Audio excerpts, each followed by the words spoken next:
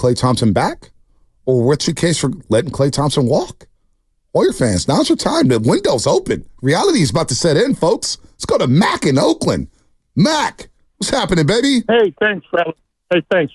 Hey, you know what? I listen to you guys, and I try not to like you, but I listen. So, hey, I'm on the train. Wait, Mac. Now I got to know.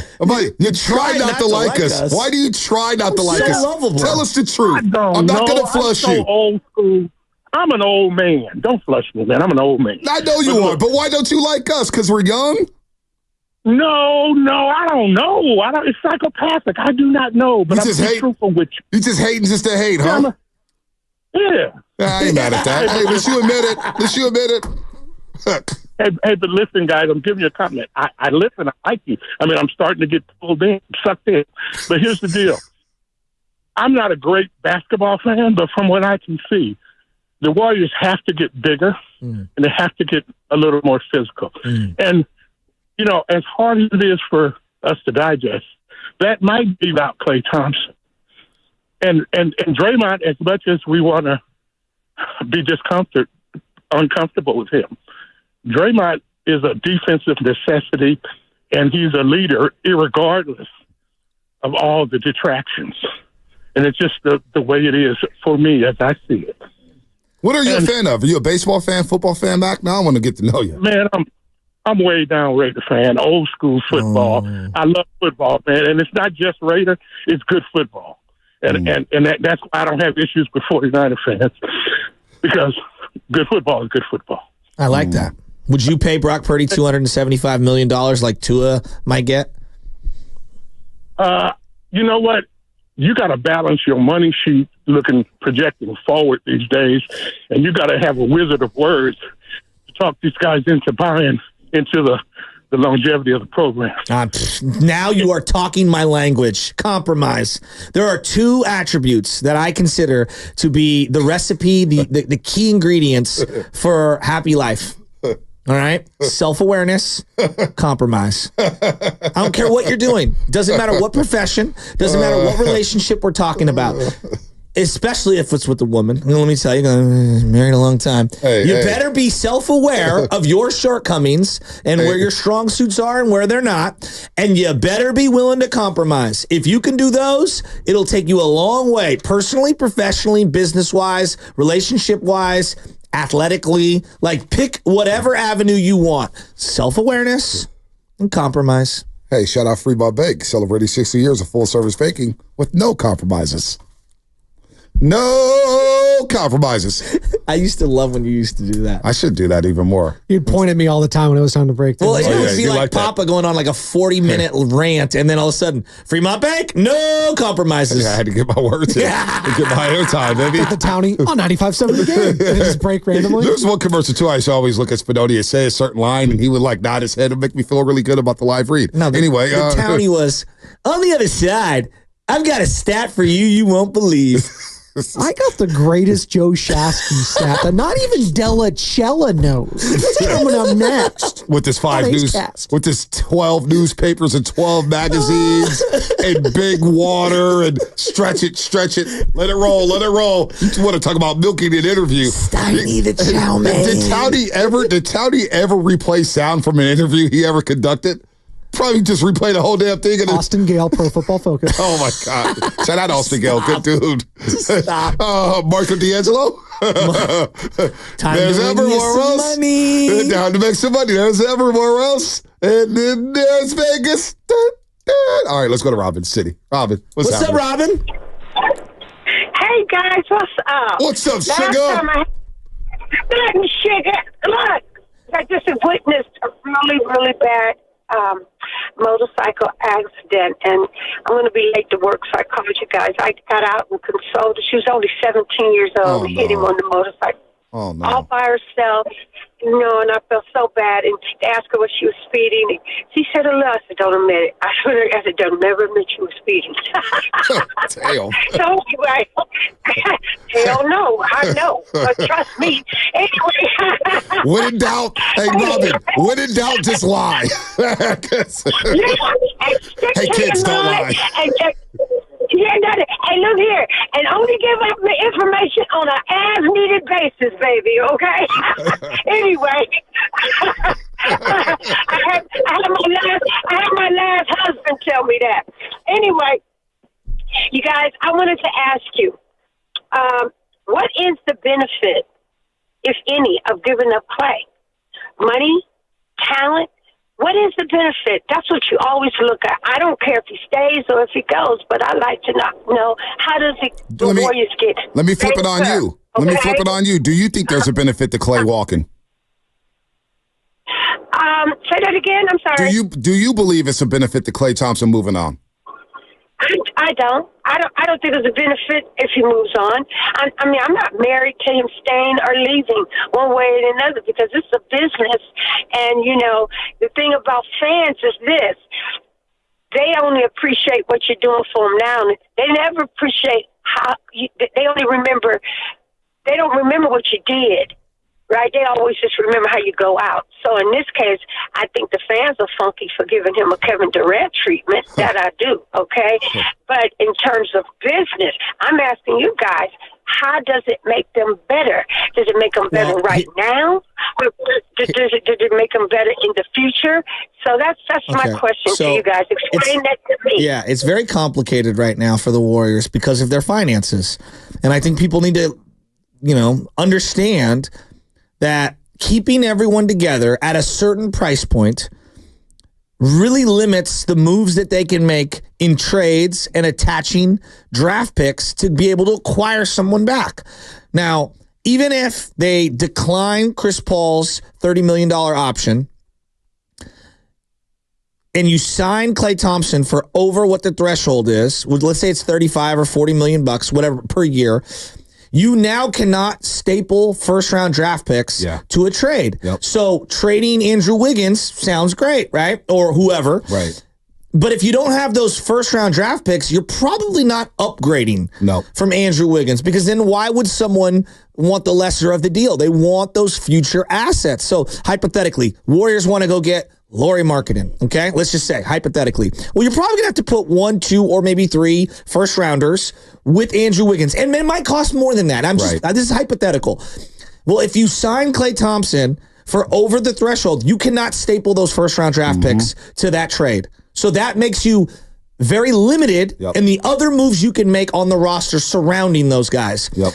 If Klay can come in at a number that's below that, well, then I get to keep all of my draft capital and use that as a war chest to be able to acquire talent and to sweeten deals. Hey, we're close on this deal. Here, let me staple a second and a first and another first and a second. And that way I don't have to surrender just players because you have to even out the money here. So there's a war chest argument in regards to if you can retain Klay Thompson under the number and he's willing to compromise a little on that, then now I have more flexibility to make moves. If not, well, then I'm really limited. Yep. And so I think it's not just do you want to keep Klay? It's can we keep Klay under this number while still keeping him happy, while still retaining our assets? Like, it's a lot more complicated than just can you keep Klay? And he's just one of many dominoes that have to fall for the Warriors. As you mentioned, Andrew Wiggins, you got to figure out what's going on with that. Is he coming back? Chris Paul, I think we all know Chris Paul played his last game with the Golden State Warriors. You could tell by the playing game. That's done. But then what's going to happen with Jonathan Kuminga? Because he is one, a lot of people say, well, you got to make a big trade. Well, everybody in the league, if you're going to make a big trade, Jonathan Kuminga absolutely has to be involved in that trade. It's one of the few trade pieces, trade chips. Because I don't know how much value Wiggins has right now, and I don't know how much value, if they're willing to trade Draymond Green, how much value does he have right now around the league? So it is a complicated situation. It is a very complicated situation to where at times we discussed this over the course of the season, where the Warriors may not have to try to reload for next season. They may have to try to reload for 2 seasons from now, after next season, to get right. And then obviously Curry's a little bit older. Kerr may not be here. There's a lot going on here. So 888-957-9570. I would love for Warrior fans right now that the window's open. The reality is about to set in with free agency beginning June 30th, 3 p.m. Pacific Standard Time. What do you do with Klay Thompson? What's your case for bringing Klay back? What's your case for possibly letting Klay walk? What is your case? 888-957-9570. And heck, is that even a top priority? We keep talking about priorities of what the Warriors need to do. Should they wait on Klay Thompson and figure out what to do with Chris Paul and Andrew Wiggins first? Or should Klay Thompson be the number one priority and then you move on from there? So for me, if I was running the board for the Warriors in order, and it's not because of this person's importance to my team, it's because of the asset it represents. The $30 million with Chris Paul, I need to know one way or the other whether he is willing to negotiate an extension to be able to move that out. I can figure out if there's a trade out there, because if I can utilize a trade, that means I keep the $30 million slot and I can get a guy back who can help me. That's very important. That gives me wiggle room in case Klay walks and I have no control, but it also gives me a specific number that I know that I can afford Klay Thompson and still retain my assets. If not, and Klay is going to get, way above that number, then it is what it is, and I'm just limited, right? So to me, before we even get to Klay, and it's not because I don't love Klay or I don't think he's important, I just need to know what I'm doing with the $30 million with Chris Paul. Am I waiving it? Am I retaining it? Am I trading it? What am I doing with the $30 million? Can you trade it? Can you trade it to get equal value? There's some teams that need point guards, but how bad do they need a point guard? Miami needs a point guard. Will the Heat be interested? And knowing Chris Paul, he's going to want to go somewhere where they're going to almost immediately extend him. Yeah, no, right. So he that's what he's. I think contending for sure. Okay, but I also think he wouldn't mind. Like, if you don't extend me, if Chris Paul, if he doesn't get extended, it's not the worst thing in the world, because then you become an unrestricted free agent. You get to choose wherever the hell you want to go, which could be anywhere in the league, right? Yeah. You can go anywhere. So that's number one. Number two, to me, even before I get to Klay Thompson. And I don't think they're bringing back Chris Paul at all. I think that slot is open for Podziemski, and it's all about the decision of what you could get for Chris Paul, I think, at this point. To me, yes, it's the financial slot that it represents. And then number two, even before Klay Thompson, you got to have a feel for what the Wiggins market is. Yeah. Because I need to know what I'm getting back. Because are you trying to bring Wiggins back? Because I remember all of a sudden, I couldn't believe it. We had a show about a month ago, Shasky. I remember these things. We had a show about a month ago, and all of a sudden people were like, no, we got to keep Wiggins. I was like, huh? Where? Monte, and I'm not mad at that. So you're telling me a team without CP3 and without Klay Thompson is just going to roll in there with Andrew Wiggins? Like what? No. What I'm saying is that a lot of people, when we took calls a few months ago, we talked about Andrew Wiggins. I remember this conversation vividly. And even you, and it's not. I'm not trying to come down the road or anything like that. Who you trade him for is important. But also people were hesitant because well, how are you going to replace his defense? He is a two-way player. Blah blah blah blah blah. I was like, wait a minute. From what I heard all season long, people were done with Andrew Wiggins. We are done with him. And now there's some hesitation because of, I think, the NBA playoffs and the way it played out. When you see, damn, well, you kind of need that defense. You kind of need an athletic wing, and you're gonna. Outside of Andrew Wiggins, who do you have? Jonathan Kuminga? See, I think you're reading it wrong. At least, the perspective I have, and I can't speak for everyone, is that was the perspective who you trade Andrew Wiggins for is extremely important. When you traded Jordan Poole and a pick for I'm going to get bought out CP3, who's 38 years old and also plays point guard, when you drafted a point guard, none of that made sense, right? So you can't just trade Wiggins to trade Wiggins. So the discernment of the trade. So what are you trading Wiggins for? What are you looking for Andrew Wiggins? Another wing defender? Well, see, that's where I think another a bigger guy. What's his market? Yeah, we don't know. That's why the Wiggins. So you're in order. The $30 million on Chris Paul. Then what's the Wiggins market? Because the Wiggins market tells me how I can value. It's relatively very simple. I mean, it's almost my bad. Because as soon as you're done talking, I'm going to play Laker when he joined us October 18th, last October 18th, on the importance of Andrew Wiggins. This is before the season. When he plays with, as Steve has said, with force. A whole another player. He changes our whole team. So I think he's ready, prime for a good year. I think he knows one of the reasons we didn't do so well last year is he missed half the season, for whatever reasons, an injury and some other things. And I think, hopefully he's going to be here all year, and that alone makes us a much better team. So that was Lacob before the season. I wonder how Lacob is feeling after the season, after watching what just transpired with Andrew Wiggins. And I don't need to cite the numbers. You guys know the numbers by now. It was not pretty. It was not pretty. And he was just on the podcast, Andrew Wiggins. He was on some Canadian podcast, right, Lubman? He was on with some Canadians 2 weeks ago. I'm not trying to be, just saying, it was a podcast from Canada. I don't know what Lovin's doing right now, but I was trying to get his attention anyway. But he was on a podcast, and he was talking about some things and, having a rough season. But Andrew Wiggins last year, he played 27 minutes a game. Think about that. Klay Thompson was second on his team with 29.7. Wiggins played 27 minutes a game. 13 points. That's just the raw data. 4.5 rebounds, less than 2 assists. But it was the field goal percentages. 45%, 35 from 3, which is an accomplishment when you consider how his first 2 months went when it came from the 3-point. At one point, he was shooting 16%, then it was 25%. I was like, whoa, what's going on here? And then you think about the games played for Andrew Wiggins. Played in 71 games. Felt like he missed a lot more games. But there's too many times, Shasky. I was just talking to New York Kitty about this yesterday. We were both at the Knicks game, and I looked up midway through the second quarter and said, damn, I didn't even know Andrew Wiggins was playing.